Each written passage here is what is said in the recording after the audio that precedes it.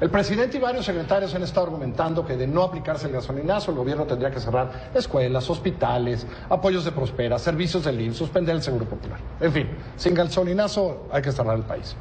Un joven estudiante del CIDE, Leonardo González Núñez, presentó en octubre del año pasado su tesis para tener el grado de maestro en Administración y Políticas Públicas. Esa tesis se llama Presupuesto de Egresos Ficticios, el gasto real del gobierno en la cuenta pública. Hace unos días dijo que se enojó y entonces le mandó a Animal Político un blog diciendo, no, espérenme, ¿qué es esto? Y con datos contundentes demostró más bien que el gobierno viene gastando lo que quiere, gastando más de lo que le dan y siempre, importando muy poco, por cierto, lo que hacen cada otoño los diputados.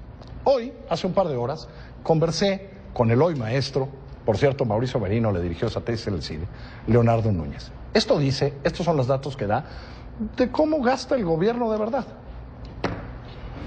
Leonardo, nos han dicho mucho en estos días que tenemos un problema grave de presupuesto, que se han hecho ajustes muy serios.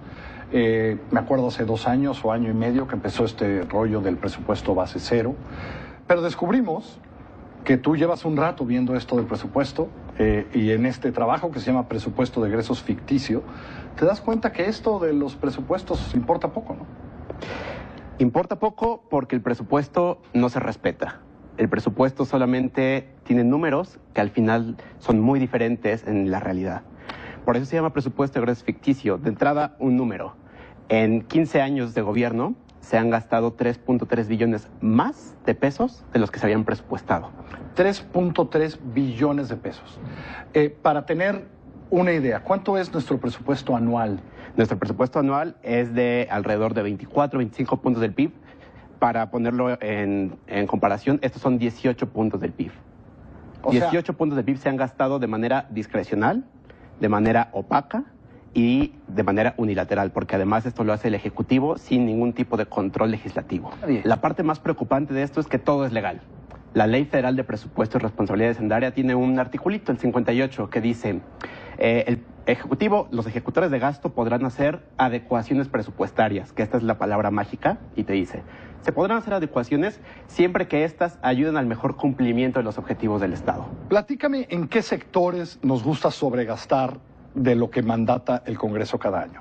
Nos gusta gastar en sectores extremadamente opacos. Cuando uno revisa la clasificación de los gastos, vemos que siempre se dispara en un rubro muy oscuro que se llama gastos generales, otros o comunicación social. Por ejemplo, una de las cifras que utilicé en el artículo que salió la semana pasada en Animal Político era que comunicación social tenía alrededor de 2.000 millones de pesos presupuestados en todo el gobierno federal. Al final se gastaron 7.000 millones de pesos, es decir, se multiplicó por 3 el presupuesto de comunicación social.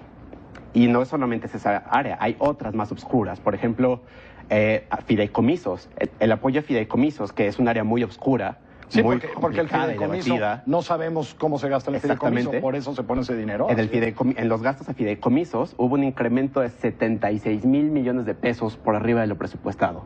Recordemos que el ajuste con el cual se justificó Peña es que esto nos iba a costar 200.000 millones de pesos. El gasolinazo se hace para ahorrarnos 200.000 millones de pesos. Tan solo a fideicomisos se fueron 76.000 millones de pesos. ¿Cuándo? En 2015, que es la última cifra, porque además no sabemos los datos de 2016, no los vamos a saber hasta abril, cuando salga la siguiente cuenta pública. Hasta ahorita tenemos nada más datos y estimados. Entonces no sabemos cómo se gasta de verdad hasta abril, cuando ya se lo gastaron. Y cuando además no se puede hacer nada al respecto. Estamos hablando hoy del gobierno de Enrique Peña Nieto, pero ¿tú encontraste que es una constante? ¿Es la manera en que opera el Ejecutivo mexicano, digamos? Totalmente, y por eso el título no es el presupuesto de egresos ficticio en el gobierno del PRI, ¿no? Es en la administración pública en general. Todos los años el presupuesto no se respeta. Uno puede saber a dónde se van los gastos metiéndose a la cuenta pública y tratando de ver los rubros, pero al final no sabemos específicamente en qué se gasta.